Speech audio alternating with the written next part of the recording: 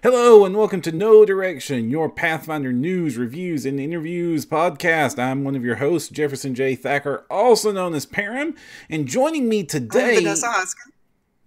And joining me today is Vanessa Hoskins. Hey, Vanessa! Hello. Obviously, Vanessa is not Ryan. Ryan is unfortunately not able to make it tonight, so the ever-talented, ever-charismatic Vanessa Hoskins will be joining us in his stead. And we've got a fun episode for you all this week.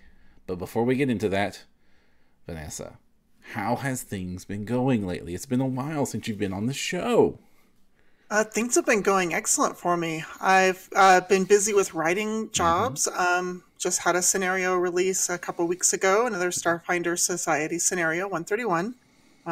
And working on some things I can't announce yet. And yeah, just been keeping really busy. Doesn't that always just have you like super jittery? It's like there's something really cool happening and I can't tell a single soul. Yes, there is. People are like, oh, okay, what are you writing? I'm like, a thing that's cool. And I can tell you about it in a few months, maybe. Yeah. Ask me then. Now, for any of our listeners who might not be familiar with who you are and what you do, can you give us a brief introduction of who you are and what you do for the network and what you do outside of the network? Sure. So I'm Vanessa Hoskins. I have been writing mostly adventures for the organized play program for Paizo, both Pathfinder and Starfinder, and writing adventures for them for the past few years now, and including one really fun special, which is cool. Also writing other player companion materials and things like that from time to time for Paizo and third-party publishers. So yeah, just kind of getting my freelance chops out there. And for the network, I actually take all of that experience that I've had writing and researching all sorts of writing seminars and things and put that into a blog called Craft Adventure, where I talk about both the more fun aspects like plot and story and some of the more mundane aspects like managing your time when trying to write a big adventure. Honestly, that is a blog that anybody interested in any freelance writing needs to read. You have a wealth of experience that is hard to come by in this business. Thank you. Now, there's also a role some of our listeners might be familiar with, is recently we wrapped up doing a Christmas special series of adventures in our Seasons Beating special podcast where you played the role of Biddle. Yeah, little Biddle Bear. How was that? How did you enjoy playing a stuffed teddy bear? Oh my goodness. That was just a blast. I remember when Alex was putting that game together and sort of sneaking me in, because I was originally just going to produce it and do the tech work as a player, and he snuck me in. I remember saying, okay, well, is there any everyman gamer product that you really want me to highlight? Because I had no ideas for characters at the time, or probably too many ideas. And I said, is there a race or a class or anything? He said, you know what? I've got just the perfect thing. And he showed me the squishykin, these animated stuffed creatures, essentially, part construct, part humanoid types. And I said, this is perfect. And that's where Biddle sort of originated. And Biddle I decided she's... I was going to say... I decided that she's just going to be the little teddy bear that's there to protect all the children that visit St. Nick and his workshop. Yeah, protecting them violently with kinetic thrusts that dealt insane amount of damage to these horrifically hell toys that we were attacked with. Plus, like, this amazing life shield. That Kinetisist build was broke as heck, and we loved every inch of having you around. I'm pretty sure we only survived because Biddle Shield was just that close. Well, I've always said that Kineticists make amazing healers, despite what certain guides out there for Kineticists say. And Jolly knows that I disagree with him on that point. But they make fantastic healers, especially burst healers in combat when you need it the most. So yeah, I just wanted to basically prove that, and I got a chance to do that. So I'm really excited. So what is it about the Kineticist that attracts you to the class? This isn't the first time I've heard you talk about how much you love it. I think I like it because for me and a lot of other players, sometimes they want to focus on a theme, and the Kineticist has that baked right in. If you're like, I want to make a fire wizard, well, that's cool. So there's only so many fire spells, and you can use those, and then there's all these other things, and I can only cast fire spells so much. But what if I want to just do infinite fire spells? Well, maybe you could do a fire-based sorcerer. Okay, we have more fire spells, but I want infinite fire. Well, for that, you could say, okay, I'm just going to make a fire kineticist. And then you can build it however you want. You want the old man wizard doddering around? Go ahead. You want to lash a fire whip at someone? Go ahead. And because all of that theme is there for the taking, there's so many things you can do with it that manipulate the class into what you want. And I think that's really where it's great. I particularly enjoy taking it and turning it into more than just a blaster, though, which is why I made like a healing build and a melee build and things like that, just to show that you can take this template of I'm really good at whatever element and do something cool with it. Excellent. Now, we're not here to talk about Kinetisist only. We're going to get to talking about some Kinetisist soon. But it's been a while since the No Direction has done a right proper review, and we are going to do so today because Wilderness Origins has finally come out. It seems like this book was taking forever compared to when an Origins books usually come out. Usually we get those within a month or two of the hardcover. And this is in many ways the companion piece to Alternate Wilderness, a book of much fame and infamy, and also probably the second most errated book Paizo ever produced. And so we're going to go ahead and dive right in to the book. We're going to start the review right now. This is a good time to remind everyone that we film this live in front of a Twitch audience. You can watch us every Wednesday at 9 o'clock p.m. Eastern, 6 o'clock p.m. Paizo Standard Time. And you can do so at twitch.tv/no direction. All right, so things to know about Alternate Wilderness. Wilderness Origins. I've been getting those confused constantly. Okay, so this is the companion piece to Ultimate, not Alternate. The Alternate Wilderness would be something in Manual of the Plains. But no, we do not have mushroom trees that grow eyeballs. We have normal trees that grow owlbears. I'm pretty sure Alternate Wilderness is just the Feywild, right? It's just the first world? That is the Ultimate Wilderness. Yeah, the Feywild is the Dire Wilderness. This is what happens when you take a tree, put the Dire template on it, and unleash it to the world. An awakened Dire Oak. Oh man, do not joke with the Dire Oak. So, Wilderness Origins. This is a 32-page softcover from the Player Companion line, which is much like everyone is used to with the Companion line. And this is a dense book. This book is absolutely packed with rules. Usually we see a lot of like Galarian flavorings mixed in with the companion books because they used to be sort of their niche is like, hey, here's all the Galarian specific rules that we didn't put in the hardback book because the hardback books didn't used to have Galarian stuff in them. If you read Alternate Wilderness, you know it was packed full of Galarian stuff because that old rule is being tossed out the window.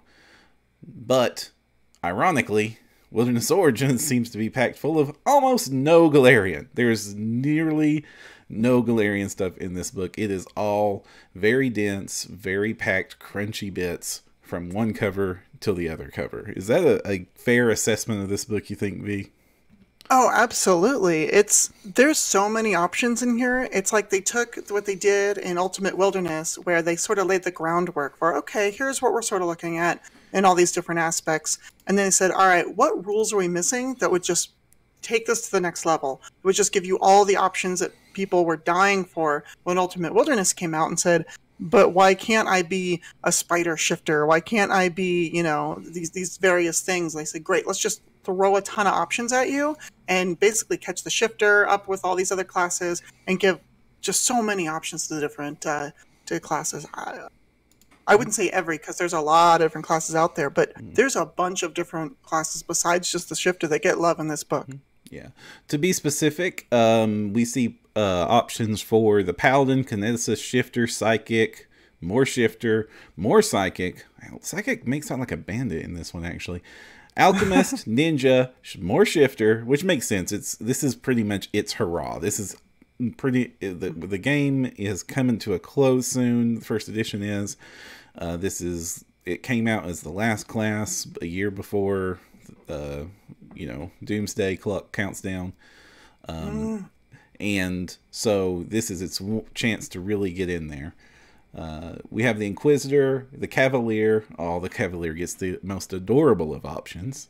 It sure does. And then the Spiritualist are the ones that are called out. But of course, it has feats and spells that are going to be interested in anybody who has an animal companion or a familiar. And also, pretty much every type of spellcaster gets a little bit of love in this book. I mean, there's even oracle curses and things in here. There's Eidolon archetype. There's all sorts of things that just really spread the wilderness love out across Pathfinder's many and varied options. And sticking to its name, it opens up in the introduction with wild origins. So if your character has origins in the wilderness, that is what the first 2-page spread takes care of. This is going right into the meat. So what it presents is a little brief paragraph of the different types of wilderness environments your character might be from, or what role your character may have participated that is wilderness focused, and then some traits, usually a region trait that you can take that will give you a small little bonus. One of the examples would be the Desert Traveler. So people don't usually think of deserts as wilderness because they're a distinct lack of pine trees, but and also much less water. It's a lot of sand and a lot of sun and gnolls, because you have to put gnolls in the desert. And if you take the Wind Speaker region trait, you will know 8 hours in advance when the winds are going to reach high speeds. That's very important, because that is when sandstorms happen. And being stuck in a sandstorm is a bad time, if any Hollywood movie has told us this. I've never been stuck in a sandstorm before, but I imagine I wouldn't enjoy the experience. There are several ones: mountain climber, swamp recluse, tundra walker, waterfront resident, jungle farmer. Most of the traits are fairly unremarkable, except for the Forest Outlaw. That gives a +2 trait bonus to stealth checks and initiative checks while in a forest. So we finally have something that might edge out reactionary in certain situations, depending on what campaign you're going to be doing. Like if you're going to be doing Iron Fang, this might be one to take. Sure. Well, one of the ones I thought was interesting was the beachcomber for waterfront residents. So if you lived along a coastal region with the beachcomber trait, you can spend 8 hours in a single day, once per week, to comb along the beach, run a survival check, and maybe you find useful items that washed up on shore. And it just seems like kind of a dumb thing, but if you're playing a character that doesn't have a lot of downtime, for example, and you know you're going to be all over places with shores like, I don't know, a certain Lost Islanti campaign, maybe you want to spend your time wandering around the beach finding, hey, here's a low-level potion that someone discarded, or even a flask of acid that just bobbed along the shore and found its way. So you can find some cool things. That's just asking for your GM to just slide a MacGuffin in. Pretty much. Yeah. Open excuse to introduce plot item right here on the character sheet. See it? You could double it up by making them an occultist, and they just find some weird old ship part or something on the shore and are like, this has power. Next up, we open up with the Shifter. The Shifter is going to get a lot of love in this book. A lot of the page counts are dedicated to the Shifter. Though I was definitely surprised when I flipped that page and saw the art for that one. We have the beautiful Dragonfly Fairy Orc. And he is awesome in every sense of the word. And that gives you a feel of what it opens up with, which is different Shifter aspects. Now, the Shifter already had a ton of aspects, but there were some notable absentees. Boar was one that I felt was obviously missing. And this one goes with, in a lot of ways. This adds a lot of different types of critters you can be. Now, the aspects are pretty simple. You got boar, crocodile, dolphin, dragonfly. Dragonfly actually makes you tiny when you shift it because you go into vermin form instead of beast form. Oh, interesting. So that's an interesting technique. So that orc that we just saw is 2 inches tall. The most fabulous 2-inch tall orc.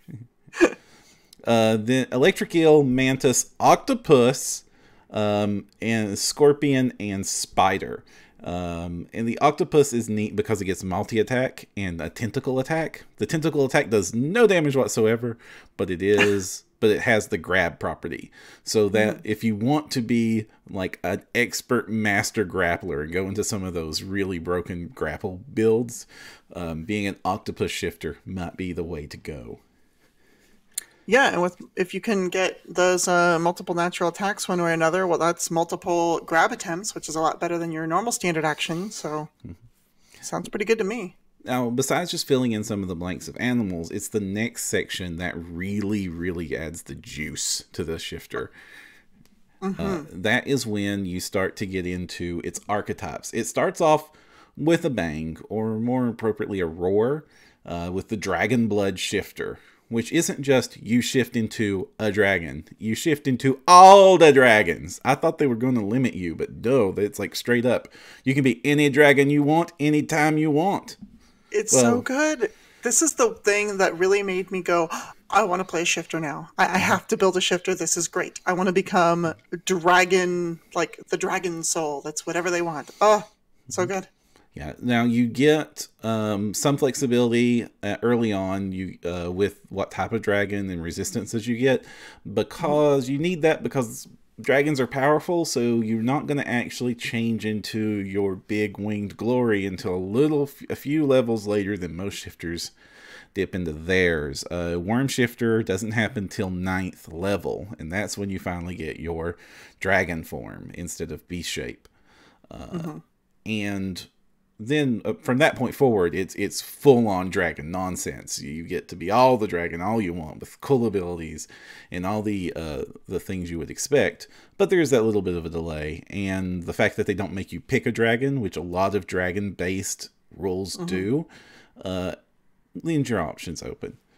But that wasn't the one that I got excited about. I got excited about Swarm Shifter. Because, yeah, you can turn into a spider. But you know what's better? I'm going to turn into 1,000 spiders. That one creeped me out so much. I was reading it and I'm like, I could never play this character. I could create it as a villain.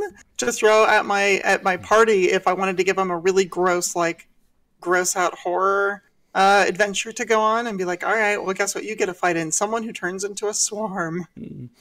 Yeah, and it just gets even creepier. You start to be able to like flow through things and just swarm over people, and you get the distraction qualifier, and soon you just get all the OP swarm abilities that all the swarms get by the end. And also, even when you're not full on swarm, your normal claw attacks aren't even claw attacks. It's now just, and here's a bunch of spiders, and here's a bunch of spiders. All the spiders or bees or whatever your vermin of choice is. No. I mean, 10,000 fire ants with a punch. I do not want that. No. Oh my goodness. Yeah, they're creepy, crawly, wonderful disgustingness. It's also worth noting that all of the archetypes and stuff here use the language of the errata version of the shifter, so you don't have to errata this book. It's already been pre-fixed for you, which probably explains why it took so long for this one to come out. The ends up with the end of that, it goes into just some basic rules with alternate natural attacks, because maybe your animal doesn't really have claws. If I'm a dolphin, why do I have dolphin claw attacks? So it just gives you alternate attacks forms that you can have for the shifter. It doesn't cost anything. You don't have to take any feats for it.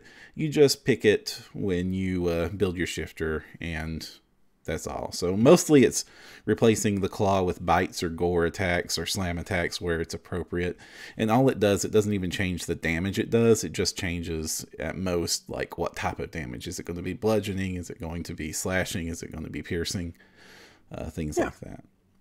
But it helps make it more thematic, as you're saying. You don't want to be like, I am in frog form with claws. Like, no, frogs bite. You got a big bite.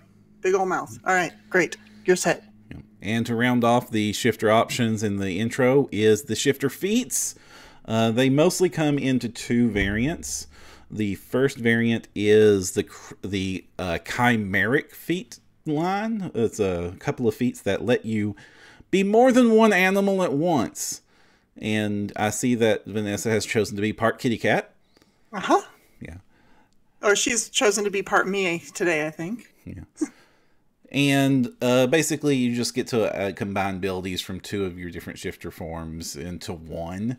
And the art they have for that is the iconic shifter with like a wing and a doe leg. It was actually kind of hard for me to notice at first. I was like, wait, she just looks normal. And like, oh, she's not part Bambi. Mm-hmm. And the other aspect of it just changes up your claw attacks. That's the other set of feats. Mostly the weapon shift feat chain that's available here, which I'm really not sure what this was trying to address, as opposed to getting amulets. Maybe to keep you from having to get amulets, but you can take... It's a set of feats that lets you, when you merge into your claw form, you can merge a weapon you're holding into it. And at the lowest rank, it just changes the damage type of the weapon, much like we talked about with the alternate melee forms. But at higher, the other two feats start letting you take the special abilities, such as flaming, and then ultimately at the top level, the greater weapon shift feat lets you actually take the enhancement bonus and top that in with things. I don't really know why it's worth this very heavy 3 feet investment for a class that's feat starved. Right, so it's feat starved. It's 3 feats to get what you could get on an Amulet of Mighty Fists anyway. The only thing that might be useful is like weapon shift. If you want to build a trip build and get a trip weapon, now your claws are trip claws. Mm-hmm. That's kind of useful, I guess. But I don't know. Most of the other ones just seem like a big waste of feats when you can just, you can just buy that amulet. I'm sure there's some good reason for it existing, especially if you want to just trade things up, because amulets are expensive, much more expensive than the weapons of the same plus bonus. But, like, besides the cost savings, it would allow you to, like, attack with a keen sword and then swap things out, and now my claws are a flaming sword, or, just being able to change things up for adamantine claws. But, this seems really niche. But, again, it's not terrible. I think it's a cool concept, but I don't think it's a 3 feat concept. So yeah, I think it may be a 2 feat concept if it was me, but I could see a 2 feat. I could see one that's the basic one, and then the second one gives you just all the enchantments or something like that. I could see that being okay. Yeah. And then we move on to a section of the book that talks about the 3 races that were introduced fleshed out, not so much introduced, but fleshed out in Ultimate Wilderness. We have the Gothlians. Am I saying that right? I never can get their name down. I thought it was like Gethlanes. With the Gathlanes, the Gorons, and the Vineleshies. Specifically the Vineleshies. Oh my god, they're so cute. Yeah, the most adorable piece of art, and Paizo knows they have an adorable piece of art because they've been using it in promotions all over the place when they are talking about this book and other... they've just been using just any excuse to put that piece of art. We'll show it to you when we get to it. The Goth Lions have a lot of creepy abilities with their growths. They can get sinuous vines. They can call treants, dried attendants. These guys creep me out. I've never really looked at much into playing a Gathlane or Gothlane, but man, these guys just seem creepy inside and out. What are your thoughts on them? I don't know. They're not as cute and cuddly as the Leshies, but if you're looking for a more like, I want to play a plant-esque creature that's a bit more on the serious, darker side, I think they could be really cool. Yeah. I think they might make a nice, like dark fae, like Unseelie Court style character. Especially if you're playing in one of those fae court games that I know some people have played, where everything sort of surrounds the Seelie versus the Unseelie, and what are you going to do? Right. I think they would make a really good addition to that cast. These are the ones that I would just fully expect to betray me and stab me at the climax of the adventure. But one of the feats I do want to call out is a meta magic feat called Cherry Blossom spell that they have access to, which you can put on any damage spell, and in addition to the damage, it's just going to do your choice of 2 points of damage to Strength, Dex, and Constitution, not or 2 points of damage to Intelligence, Wisdom, and Charisma as it ages up or ages down the target slightly. Nasty ability. It's a 3-level meta magic thing. I dread the day this thing appears on the meta magic rod. Ouch. Yeah, you don't want to get hit by the fireball that also turns you into a child. I don't know, just burning away the years, I guess. All right. The Gorons were next, and they have leaned into, with this one, the Goron's supportive nature. The Gorons were a group of plant creatures that were grown up in necks as to be walking food. And then they became sentient, not on purpose. And so when you are a walking salad bar, it does tend to make your life interesting. So you get, this thing talks about ways that you can summon food as part of your thing. You can get one of the options lets you do a hero's feast that you can summon up. That is crazy and gives some access to, well, like Lord of the Rings spells or Hobbit spells. The Pinecone Bomb, like that just reminds me of Gandalf stuck in the tree. That Pinecone Bomb is such a fun spell. Like when I read it, it also inspired me to want to make a character that just to use that spell, like a druid or something. Especially because druids have so few really good damage spells. Like they have some okay ones, but this gives you a decent little area effect for a second level spell, and I don't know, I kind of like it. Yeah, and the cool thing is the archetype attached to this one is the Pedal Ninja, which you don't think of ninjas when you think of your salad bar. But these guys, they can do it. And what they do, their main ability is that they can substitute sneak attack dice to put a lot of status effects on you, much like the Unchained rogue does, but the ninja never really got access to that because the ninja never got unchained about in an official source, at least. So you just substitute one dice and you can grant concealment to an area. You can just burst up a bunch of petals and get concealment.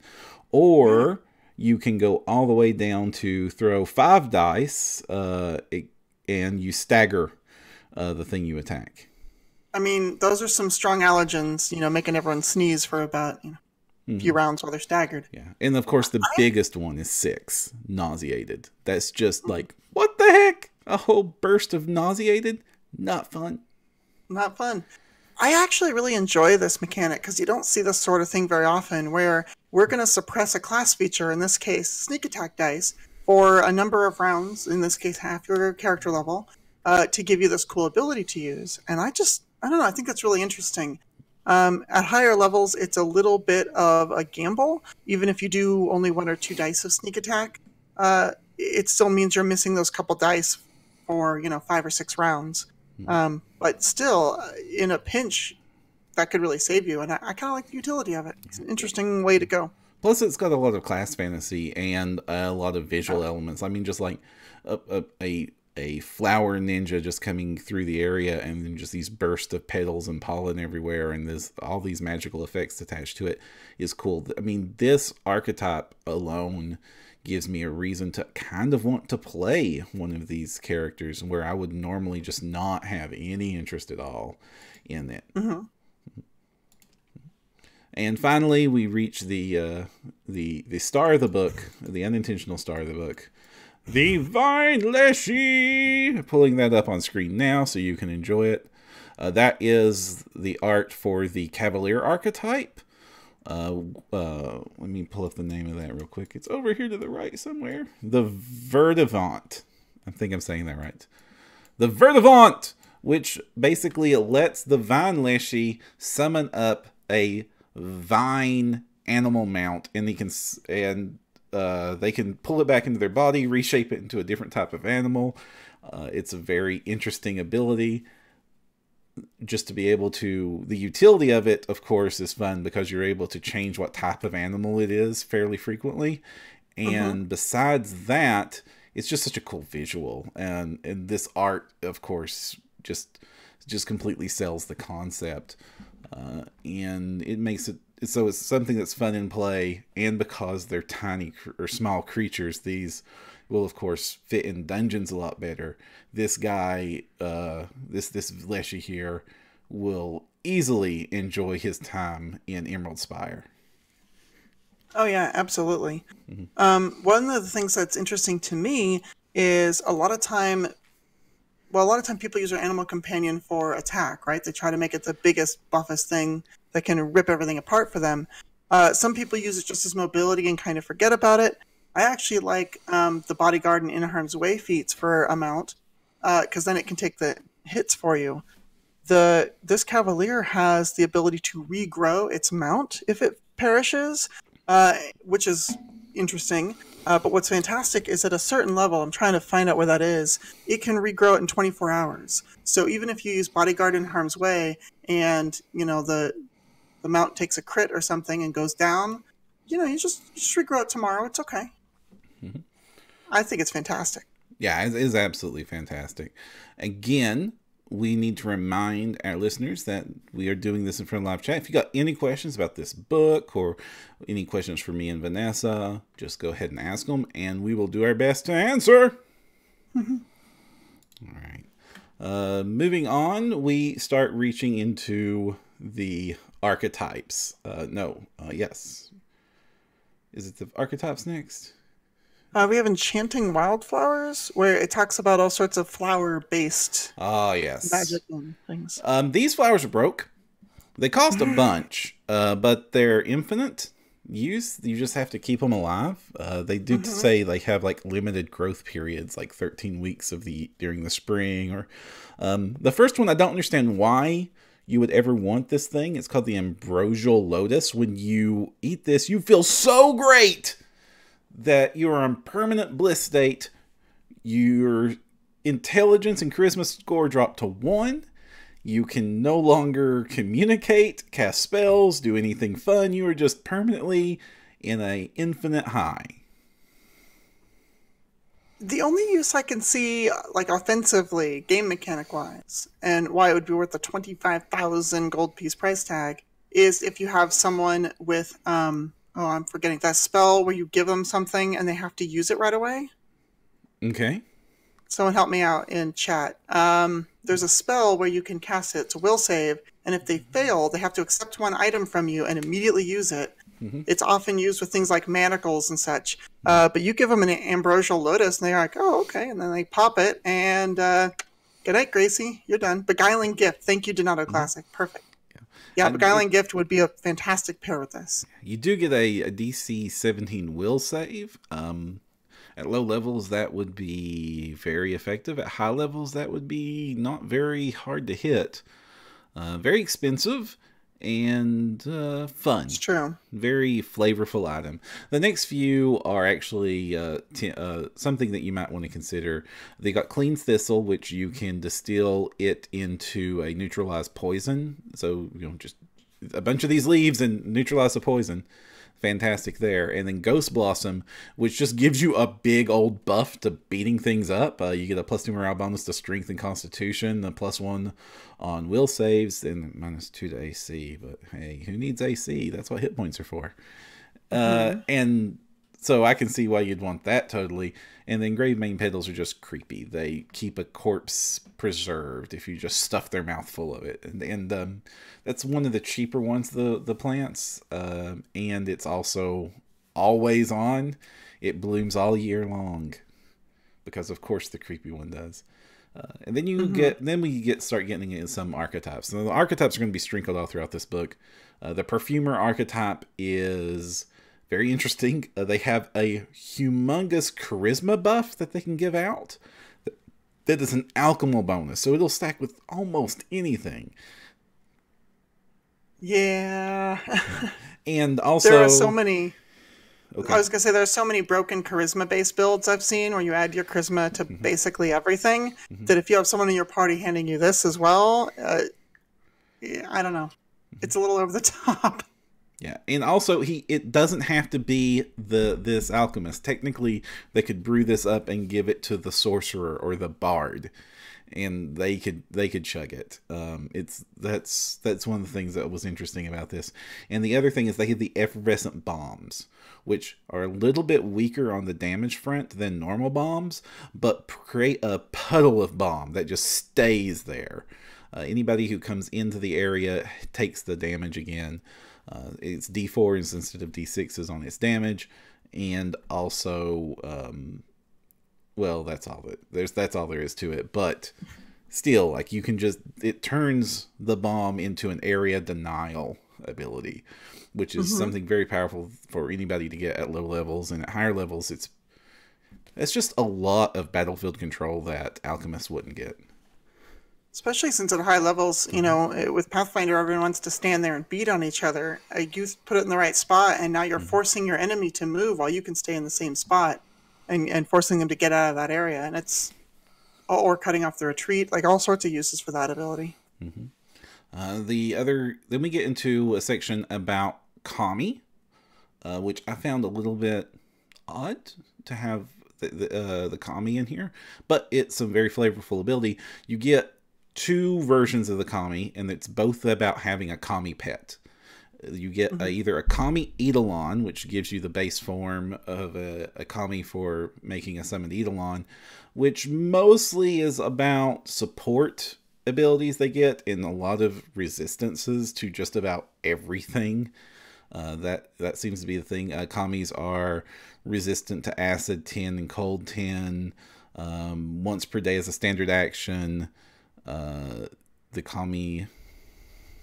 Sorry.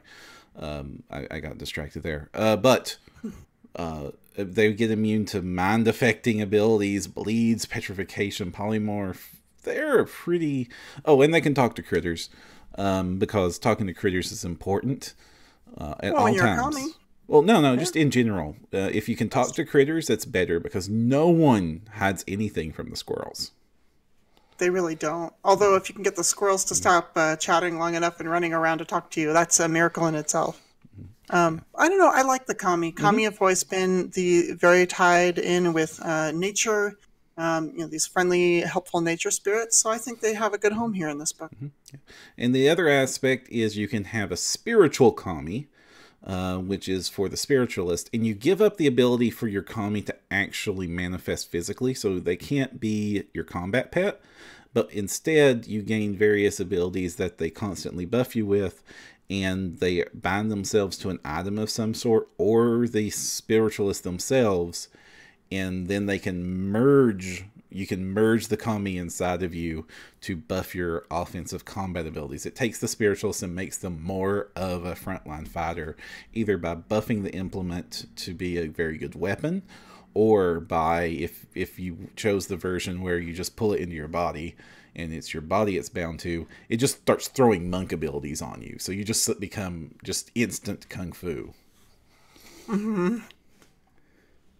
don't know. I think it's pretty cool.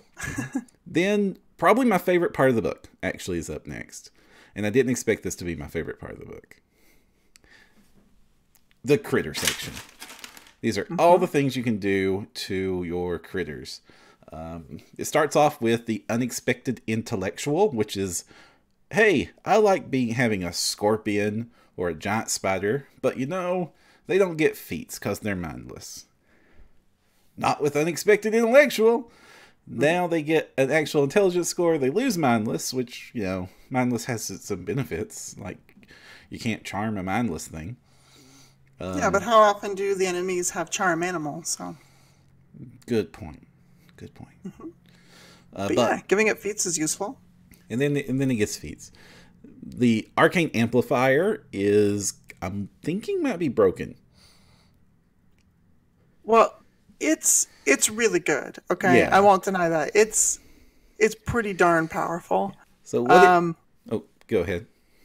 Well, they get like free extend spell meta magic feats with an ability called Echo, where all they have to do is deliver a touch spell with you. This is a familiar archetype. They deliver a touch spell with you, and it's more powerful. So if you've got a build that really uses that, I don't know. Yeah, and it levels up. At the top, it gets Resonate, which just lets you free maximize a spell that it delivers through touch. That one's limited to once a day. They're all limited to once a day, but still, it's something you usually don't have in your back pocket, which is just great. You lose some protections for it. Most importantly, they lose improved evasion. Plus, the first time you do this, the GM is going to draw a gigantic target on your bunny rabbit. And that bunny rabbit, you better have like diamond dust just piled up in your pouch, because that thing is going to go down again and again and again. Over and over. Well, one thing we did miss is the a companion archetype called Apex Species that I actually really, really like. What do you like it? The Apex Animal Companion, you choose a specific environment, and they get a bunch of bonuses in that one environment. Now, for some campaigns where you go all over the place, this might be somewhat limiting. But if you've got, say, an urban campaign like Hell's Rebels, where you're almost always in the city, you can say, well, I've got a dire rat animal companion or something that's used to being in the city, and they get favored terrain like a ranger. They get bonuses to saves dealing with environmental hazards there, all sorts of things. And then as you level up, they start getting other bonuses. So like water and underground get acid resistance, for example, things like that. And it just really makes, if you're going to be in this environment, it really makes that animal companion shine.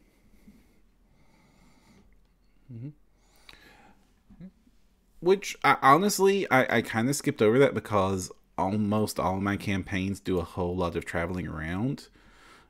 So I don't spend a lot of time in one environment. But you're right. If you're playing like a city campaign or one of the very, very themed campaigns, like I bet my Rain and Winter group would enjoy an Apex Critters because, hey, they're constantly in the cold all the time because it isn't rain of sunshine. But the other thing to think about too is if you're a druid or a ranger, you don't have to stick with the same animal companion. If you want to release them back in the wild and get a new one, you can do that. So if you're in the cold a lot and all of a sudden you find that your campaign's moved into the mountains, that's fine. Before you leave, release your animal companion and get an apex for the mountain terrain. And, just have that for your, book 3 of Giant Slayer or something. And then when that book's over, you're ready to move to a new environment, get a new companion. Next up is a whole bunch of feats, feats. These are companion feats for shapeshifty companions, either including a feat to let your companion do some shapeshifting. These all culminate up to the Changeling Familiar, which is really odd, but I think very flavorful, where your familiar is just now it has a humanoid form. It is a child or a teenager of a species that matches its owner, and except for there is one trait on the familiar that gives away fairly obviously that it has some of its animal origin. The example they give is they might have cat's eyes. I guess feathers for hair would be another great option there. And limited. It's basically, it uses the alter self rules to do it. But there's just for story reasons and flavor reasons, that opens up a whole lot of options that just were not available before this. I can already think about like 18 different adventures I could write with the familiar can literally be a person. Well, and it's really great for things if you're doing like Kingmaker, or you're doing the War for the Crown, for example. You're going to be going to a bunch of fancy parties. You don't want your cat necessarily coming to the fancy party. You're like, hey, you invited me along for tea, and here's my cat. What do you have against Duchess Snuggums? She's going to get fur all over the hors d'oeuvres. But instead, if you turn your familiar into like an attendant and put them in nice clothes, well, now your familiar's close by. You still get all your fun familiar benefits. But, now they can come with you. Yeah, I think this is really useful for witches, honestly. Oh yeah, that's perfect. Witches familiars always get up to the most shenanigans, and they have the coolest abilities. And yeah, absolutely.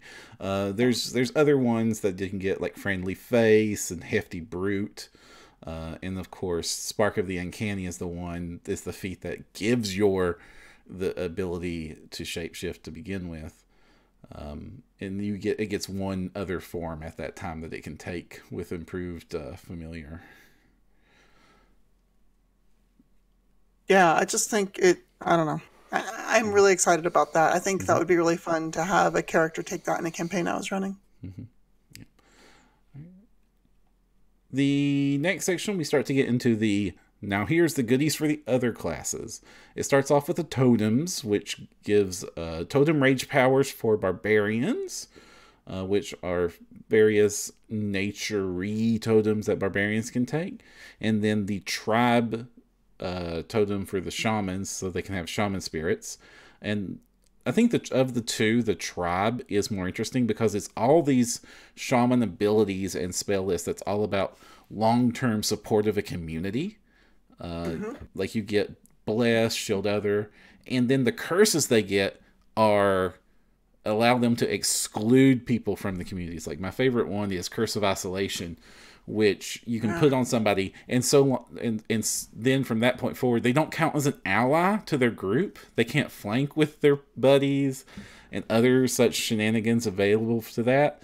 And that just is a tactical option that I've never thought of before. It's just like, it's not a full-on charm. You didn't bring them over to your side, but you don't get to count in on the friendly stuff with your team. Yeah. Yeah, if that rogue that's running around getting all the flanks for sneak attack, yeah, you don't do that anymore. For the Arcanist, you get a bunch of Arcanist exploits that are either animal or nature focused. A lot of these are more flavorful than they are powerful. There are a lot of Arcanist exploits that are just broken, and these don't get anywhere close to that. No, but they are interesting. Like I guess the Feral Shifting and the Wild Stride are the two most tempting ones. Being able to get some, animalish attacks is at least going to be fun in play, if not the most powerful option you could take. And Wild Stride just lets you get Woodland Stride ability as an Arcanist or a Exploiter Wizard archetype. Yeah, and you get Green Sight as well. It's only for a minute per level, so it's situational. But I can imagine that if you're, tromping through the woods hunting hobgoblins, for example, it might be useful to, every once in a while, be able to say, all right, well, now I need to figure out where they're at. I need to be able to get away from them quickly if they're far too close to me.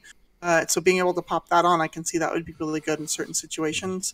But you're right, none of these are dramatically powerful. They're the sorts of ones that I would say, this is really flavorful. Maybe I'll give you a magic item that gives you access to it or something. Just so that you can have fun with it, but not spend one of your very precious talents on it. And then we get a trio of spells that might be three of my favorite spells to appear in a book in a long time. They're called the disaster spells. So you just get to snap your fingers and a natural disaster happens. It starts off with Flash Flood, which does a mid-range bit of damage per level. It's a d6 per 2 caster levels that maxes out at 10d6. But just floods an area in a cone and does a bull rush attempt on everything in the way because you just flooded an area. And, tactical fun options available with that. Rope Tornado is less powerful, less interesting. You make a tiny little tornado and it really messes up flying creatures. When that is useful, it is super useful. But then you get to my absolute favorite, Seismic Fissure. Boom! Canyon, right here. You're gonna fall in it. Now, that's only available to druids and shamans at 7th level spells or higher. So this is a real high tier one. But it makes a 40-foot deep, 10 by 80-foot fissure in the earth. I mean, that's if you've ever wanted the earth to just open up and swallow an enemy, this is the spell. And then they cap this section off with the Megambian Telepath, which is basically like the wizard archetype we saw in Ultimate Magic, but for psychics. It lets you add druid spells to your psychic list as its primary bonus that you get, plus a bunch of like nature druidy, wild magic-y stuff for psychics. And it's nice. I really like this one. It's very simple in what it says on the cover, but anytime you're allowed to just mix magic types together, it opens up a lot of character concepts that are usually harder to do.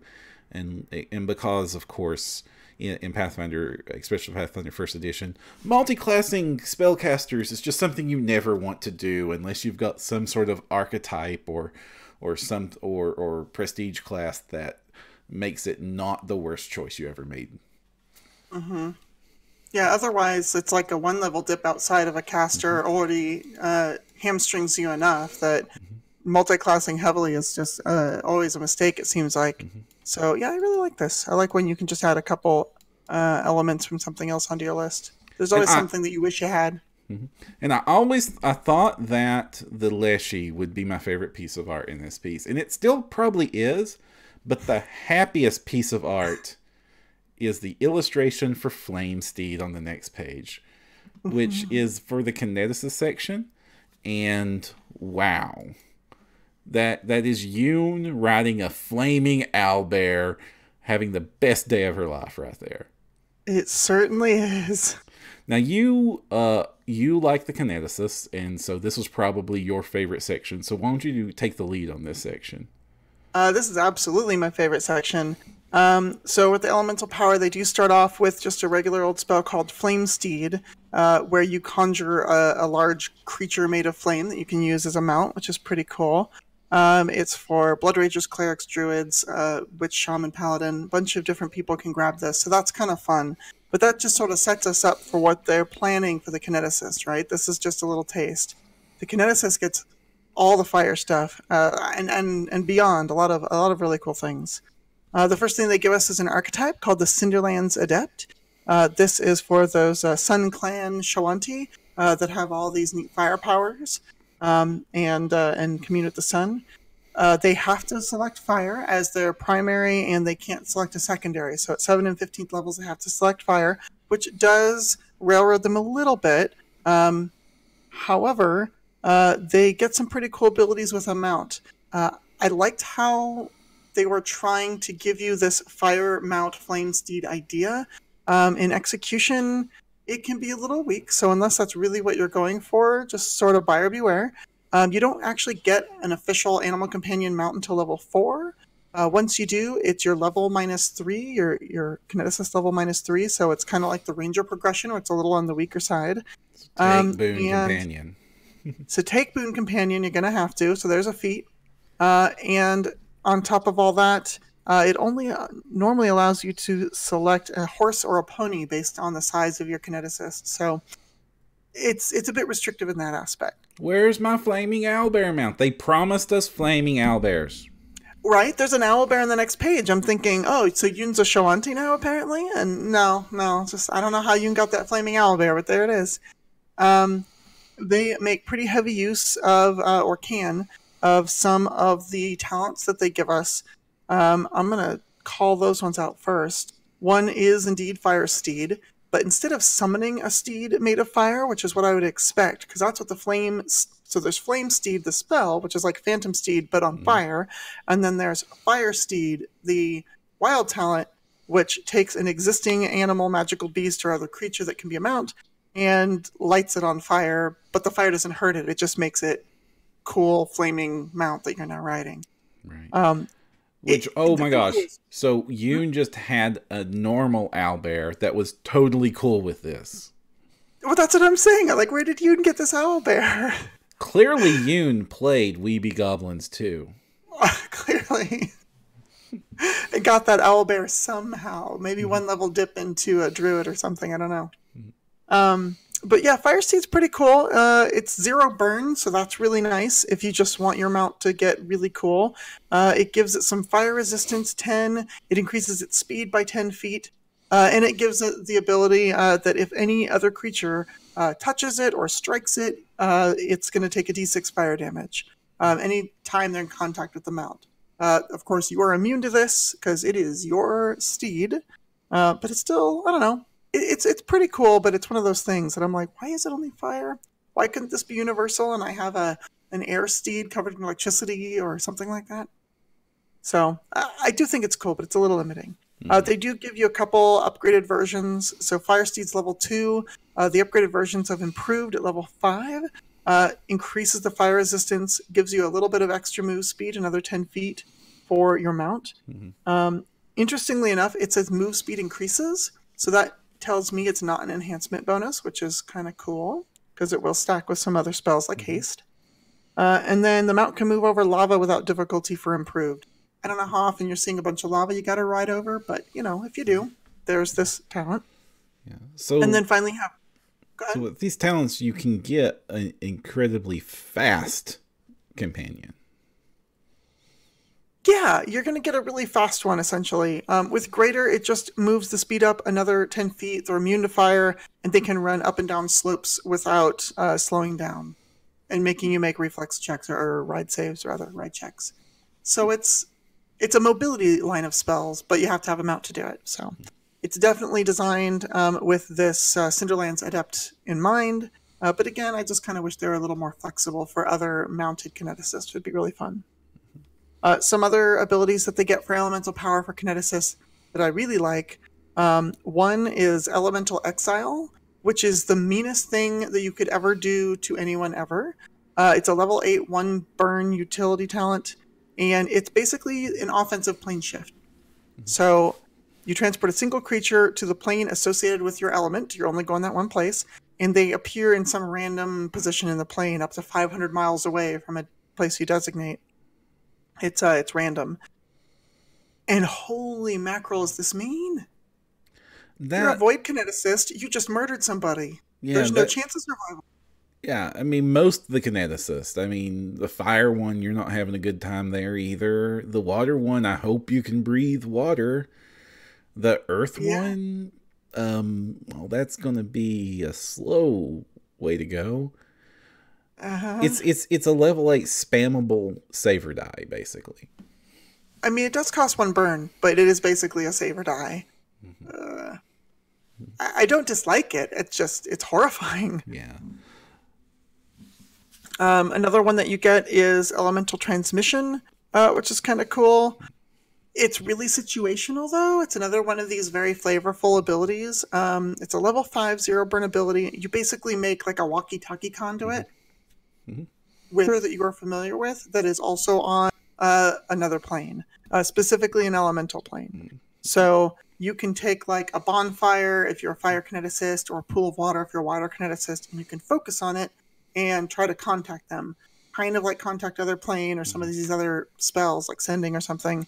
There's no word restriction, but you still have to know that they're there and that they're on another plane and that they're also next to a bonfire or a pool of water or something like that. So it has a lot of caveats to it, but I think under the right circumstances, it could be really cool. All right, we have a question from Nicholas Broomsbane. Asks, does wood send them to the first world? That would be an acceptable one. It isn't specific in the talent, but that seems like an acceptable answer. It isn't, but I think it does send them to the first world, because when you look at selecting your element, it talks about how your element ties into a specific plane, and that's the plane that you would be sending them to. So for wood, I believe you're specifically pulling in from the first world. Now, Dungeon Novice asks, what's Param's bunny's name? My rabbit familiar for the Param character I play is named Tomby. Oh, cute. All right, so we are coming up on time. So is there anything in the last section? The last section is Skies and Seas. It's a series of archetypes and curses for some other classes. Anything you want to call out there? Oh. Well, one thing I wanted to mention in Elemental Power, this is my favorite, so I was saving the best for last. Okay. Elemental Trap is a 3rd level form infusion. that can go on to any element, and it's basically what it sounds like. You take your element and you infuse it into the ground, and you created a trap there. So the next creature that stands on it makes it explode, and I think that's amazing. Any of the elements can use it, and it's really cool. So, Cool. if you're a kineticist, look out for that one. So, sorry.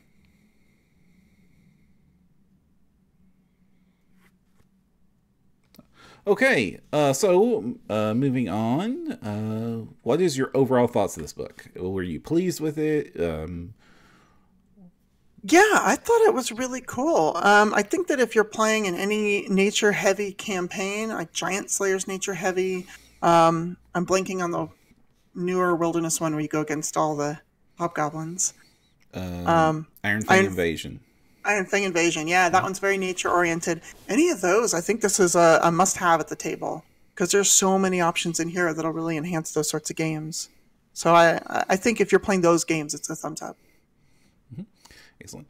Now, overall, I was really pleased with this book. It is a ton of very attractive options that that a lot of characters are going to be wanting. Some of these are a bit overtuned, I think, in my opinion. But on the whole, this is a lot to love no matter what kind of character you play here. Except for maybe non-magical martial characters don't have a lot of love in here. Except for cavaliers, and then you have to be an adorable gourd to enjoy that.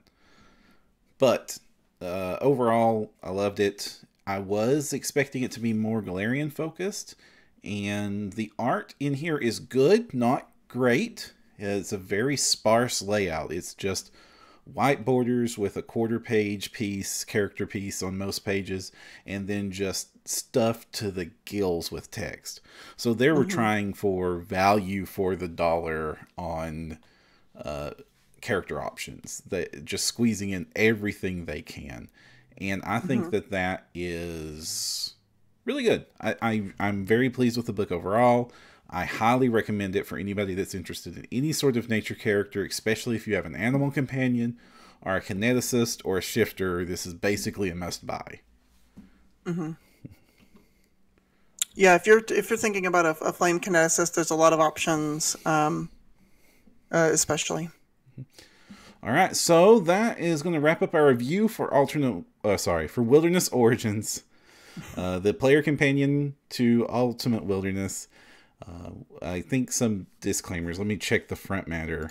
At this point, we know that Luis developed it. He is one of our bloggers on the network. So we do have to disclaim that. I do not know if any of our other members of the network worked on this book. Okay, just Luis. Just Luis? Okay. Usually, I usually expect that there's like 3 or 4 of them at this point. The disclaimer section gets complicated. So do take that under advisement when you listen to our reviews. But overall, I really enjoy this book, and I do highly recommend you get a copy if it at all is a topic that would relate to any of your characters. Now, when we get back, we'll banter a little bit, talk about a little bit of the news right after this. Blah, blah, blah. Pathfinder news. In the news and banter segment, we talk about all there is to talk about in the latest happenings for Pathfinder and Paizo related talks. Where did V go? V? Oh, you I'm back. Vanessa? Yep, I'm back. Okay. Sorry about that. You ninja'd. You ninja'd! I did ninja. I had to reset my internet real quick. It is a very slow news week, and you know why it's slow? Because Paizo is frozen in solid ice. Reign of Winter campaign was a failure. I'm sorry, I tried my best, gang. They're dealing with like 12 plus inches of snow over there in Seattle. Seattle is not equipped to deal with this much snow. So the Paizo offices have been closed all week. So there's not been a whole lot of Paizo news to talk about. There is a little bit. We're going to get to it. But oh my gosh. My heart goes out to all of you all. Hope you all are warm and safe and are able to stay safe in this very frigid time. I know. Who unleashed the Irison witches over there in Seattle? Because I told you it was my group. They failed. Random Winter just did not work out. They weren't fast enough. I heard that they were thinking about hitching a ride with some of those houses on chicken legs that were walking around. Maybe like get to the Paizo offices that way. I'm not sure. They have to. I mean, the thing to understand is Seattle is lots of hills and then ice that they're not used to having. So they do not have the infrastructure. This is like when Atlanta had to shut down when they've got just a few inches of snow. That's not a whole lot for most of us that are used to getting snow like I am. But you know what Atlanta doesn't have? A fleet of snow trucks to take care of that. And drivers that are used to that have tires that are used to that. And the same is true for Seattle. So a little bit of snow is bad news. A freaking blizzard parking itself on Seattle for the past week. Terrible news. It makes the roads very much not safe. I know several of the Paizo staffers were reporting they were not even able to fly in. They were staying in hotels. The ones that were there were working from home. A few of them made it into the office. Not many. The offices were closed, so customer service was holding back. Expect shipments to probably be delayed. I know that they're in crunch time right now for Pathfinder 2, so I hope that this didn't hurt them. I know that Jason Bowman has been posting up on his gamer feed that he's been working on monsters during this time period. So I know that he's at least been working on it through the snowpocalypse. But again, this is always an inconvenience when it happens. It really sets productivity back. Of course, this is not... Oh, sorry. I was going to say, at least in this modern age, they can work remotely. So it's not like it's, maybe even 20 years ago, that would have been difficult. So that's good. But yeah, a lot of folks working from home. And the other thing of newsworthiness that came out is we technically have maybe our first peek at something Pathfinder 2 related that's officially been announced, and that is the WizKid miniatures, which you can see on screen right now. A lot of goblins. Basically, a lot of the art we saw prototyped in the playtest rulebook in marvelous 3D life. So we can expect that. That is part of a Legendary Adventures pack that WizKids is putting out. It's also going to have as its premium miniature is not a dragon this time. It is not a big old worm.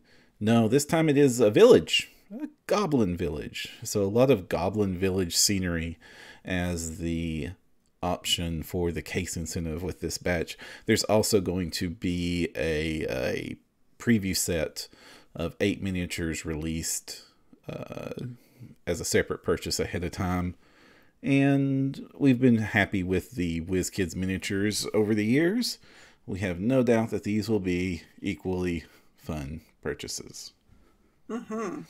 Do you collect the minis? I do. I actually really like the WizKid ones. I have participated in every single Bones drive that Reaper has done. So naturally... Oh, sorry.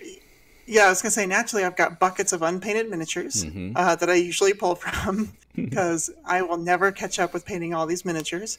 So I actually really like the pre-painted plastics. It's a really easy way to just grab what you need to run a game and not have to worry about like, oh, but they're none of them are painted. They look good. Yeah, it does take a while, and painting bones is like a lot of people have difficulty painting bones. You got to remember you have to wash them. The bones, especially the bones plastic, is coated in mold release, and it'll even shirk off most primers. And even when you wash them, some brand of primers, especially what you would consider like cheaper alternatives like the Krylons, sometimes will not cure on them because they are a soft plastic. And you need to use like army painter primers if you're going to prime them. Now, of course, Reaper says that you can paint them unprimed, and I've had mixed results on that. Sometimes it works great, sometimes it hasn't worked great. Yeah, my wife and I tried to paint some, and because of some of the priming issues and other things, she was just having the hardest time. She was doing a dragon, which she thought, okay, that's nice and big. The details are easy to get to. It's a good starter mini, like this, like large or huge size dragon. It seems like crazy, but there's so many scales. It's like, all right, you could just put big swaths of paint on there. Well, then some of the paint wasn't sticking, and so we tried it again with a different primer, and then that one didn't cure it right, and it was a nightmare. So yeah, finding the right thing can be tricky. Yeah, I've had I some like the luck. pre-painted ones, no hassle. I've had some luck when you just wash them and prime them in army painter paint. That stuff will stick to anything. But it is on the pricey side compared to other paints. It's like $20 shipped to order it online, or about $17 at your friendly local gaming store, which is a lot to pay for a can of spray paint. Well, when you put it that way. I guess But, it doesn't you know. match up to like Games Workshop. That's also very pricey. Yeah, Dungeon Novice says that the next Reaper starts shipping next month. Shh, don't tell my wife. More plastic, more plastic. I literally have nowhere to put them. I don't know what I'm going to do with all these. I still have boxes over in the behind me that's hidden behind the table of just bones. But the reason I bring up the bones is that Reaper has recently announced that they are changing the bones formula to a harder, darker plastic that's supposed to be easier to paint on as well, and have sharper details. I have, as part of a promotion, they made a giveaway. If you ordered $40 worth of product from the Reaper website, there was this really awesome looking owlbear miniature, and they would ship one over to you for every $40 that you spent in the store. They had 150,000 of those owlbears and sold out. Congratulations, That's- Reaper, for a very good promotion. I mean, someone's going to get a nice Christmas bonus. That's all I'm thinking. Yeah. And they are sold out. You can't even order the owlbear anymore at all. You're trying to order it separately. I got a new set of paint because I love Reaper paints. It's my favorite paint to work with. I've worked with a few of the different other brands. Vallejo's pretty fun to work with. GW is good paint, but it dries up real quick, and it's very pricey. So I like the Reaper paints a lot. So I have me one of these owlbears, and I can tell you from firsthand experience, they do have a lot sharper detail than the old bones. One of my complaints about the old bones is I had some of the medals of the same figures that I got in the bones lines, and then just putting them side by side, the white bones were kind of muddied. Of course, they told you this. I mean, that was disclaimed on the package. But I like my details. I like my sharp edges. I like my swords that don't droop to one side. And this owlbear, nice. Is just like in this massive pose when you can see every crease on the feather, every sharp edge of the beak. And it's dense and heavy. This is not going to survive running it over with a truck like the old bones would. This thing, I hear that the plastic is pretty brittle, actually. It doesn't look like it will suffer from average table play, but don't drop it off a high surface. I know that you can just throw Cthulhu across the room and he'll be fine. And I'm going to be painting him soon. I'll report back with my experience on how they paint up. But overall, I liked it so much, I sought out even more copies of this out there on the secondary market. Oh, no. Yes, because I want to have a fleet of these hooters. Oh, your poor players.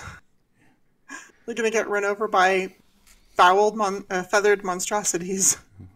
Yeah, but some of my players' favorite song, one of my favorite is Dan the Bard's Have You Hugged an Owlbear Today? Actually, it's called Reincarnation, a song about reincarnation.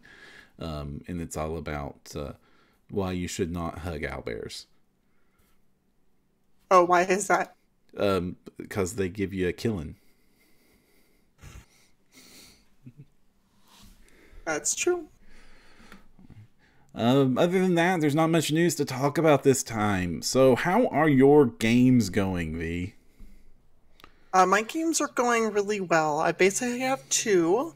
I'm playing in a game that's usually Wednesday night, come to think of it. It's being run by Christian Swords. He's the City of Seven Seraphs guy, and we're playing in that setting. And it's fantastic. We're playing basically, if you think Pathfinder meets Planescape meets anime, that's what we're playing. We're a bunch of college-esque students going to these planar academies to learn to fight and become wardens, which are like these wardens of the plane, keeping law and order and all that fun stuff. But they have these military academies, so we get to play all sorts of games in Pathfinder, like Capture the Flag and King of the Hill type games, all sorts of things, but using the Pathfinder rules, which is really fun. But then in between these like official game events, our characters get to run around and do college type shenanigans.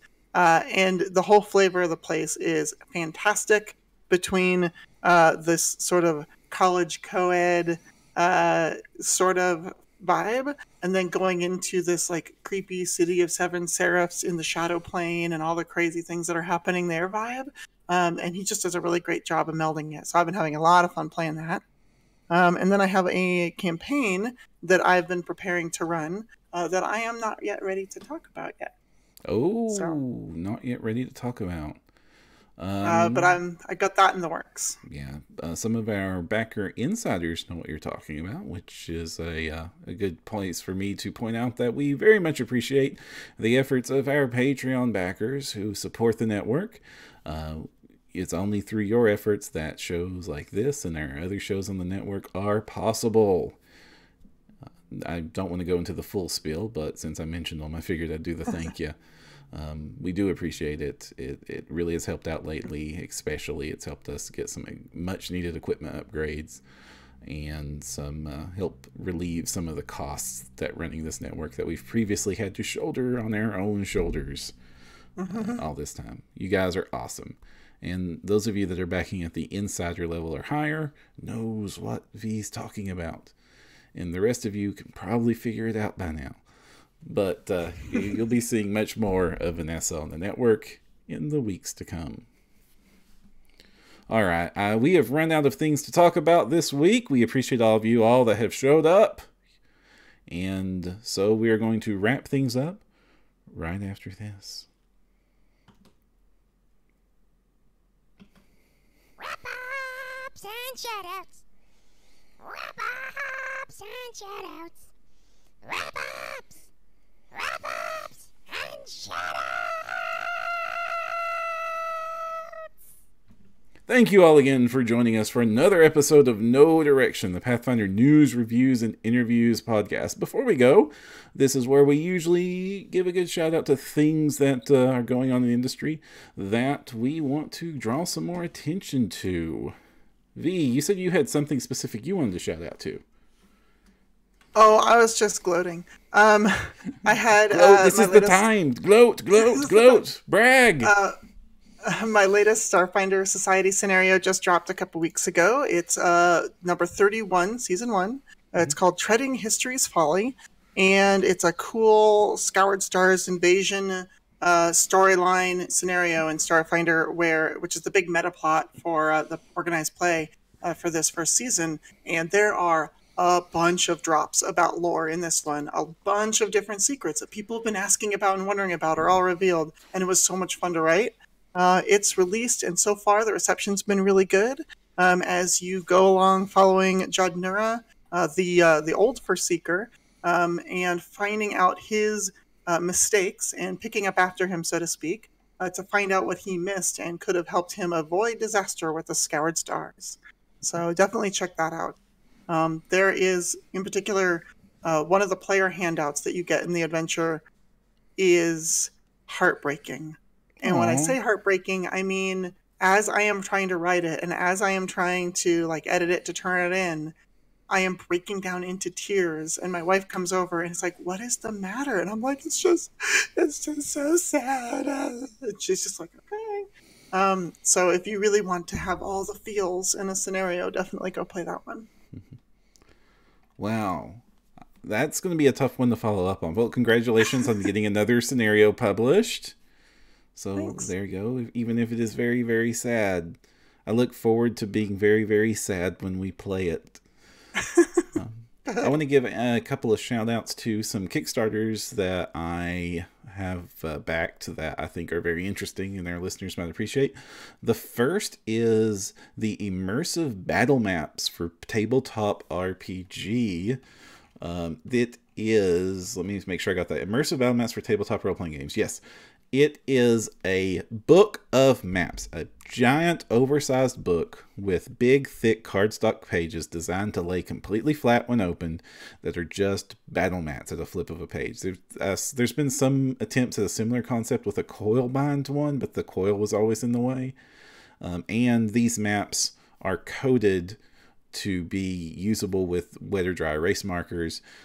So you do, of course, have the obligatory blank battle mat with stone texture, blank battle mat with grass texture, but then you have like a ship, and then like it's just so many things. You've got a ship, a coliseum, a big old furnace with fire, just very evocative maps. It's 20 in the base book. It's been expanded to 27 through unlocks as the Kickstarter progresses, and will keep growing as the campaign goes. It's already way overfunded. They have a very successful campaign because it is a really cool product, and the reason I like it so much is this is the sort of thing, because it's a book, I can just carry around and will make play easy. It'll fit on the shelf, it's easy to store.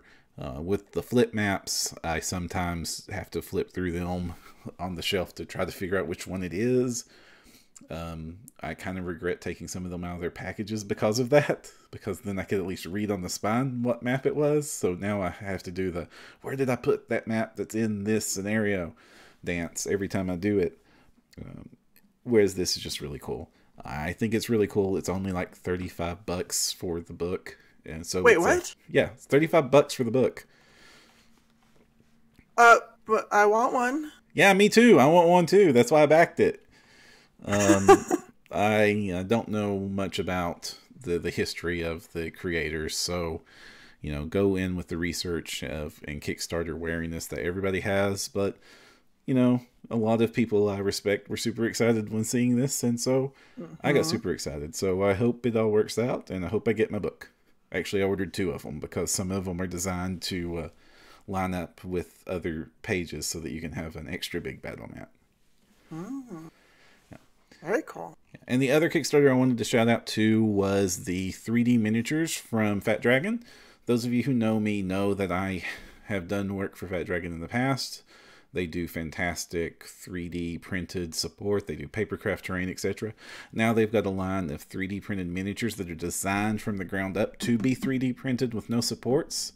So they come out easy from your printers, and the details are designed for that. Tom Tullis, who is doing the design work for these, is probably one of the foremost experts in tabletop 3D printing, so he has thought about a lot of things. It's a pretty cheap buy-in, again, and lots and lots and lots of miniatures that you'll be able to print. And especially as 3D printers are getting down to like an Ender is a couple $100, an Ender 3, which every miniature you see on the demo pages of his website is printed on an Ender 3. So a $200 printer has printed everything you see at that quality. Of course, you have to tweak it, and it takes a little setting up and practice to get that quality out of it. But it's definitely within reach, and it's a cool project. If you're not interested in 3D printing, though, it might not be worth it. But between the terrain and the miniatures and the furniture and stuff, that's why I'm excited about it. Awesome. All right. And that is one of my, that's what I want to buy someday, purchases, is a 3D printer to make my own minis and things. Yeah. Someday, Param, someday. Well, the prices of those just keep coming down. And like a few years ago, I bought one that was like $400 and can do 4 inches square very slowly. So it's pretty good for printing miniatures and small terrain pieces and stuff. And now an Ender 3 can do a foot cube, which is much bigger than 4 inches cubed. Wow, it's crazy.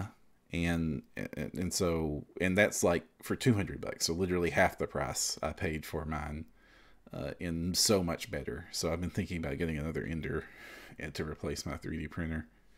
I mean, that might be worth switching my preferred medium from styrofoam to plastic just to 3D print everything. You do the Proxon stuff, don't you?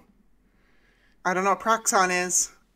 But I usually use extruded styrofoam. Right. I saw some of we talked about this before. I've seen some of your work. It looks amazing. Do you use a hot wire to cut it? I do. Hot Wire Foam Factory makes a bunch of really cool products, and so there was at one point when I bought them all, I went crazy and thought I was going to do the entire Skyspire Citadel. That is in the Skyreach Citadel, rather. And I have plans for it and drawings and all these things.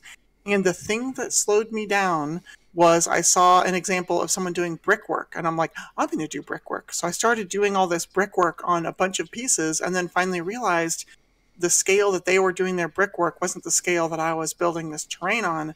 And so all of a sudden, there were like these massive size blocks rather than bricks. And the groove in between them, that would be like the grouted area, was like the size of like a person's head. It was just way too big, and it looked kind of bad.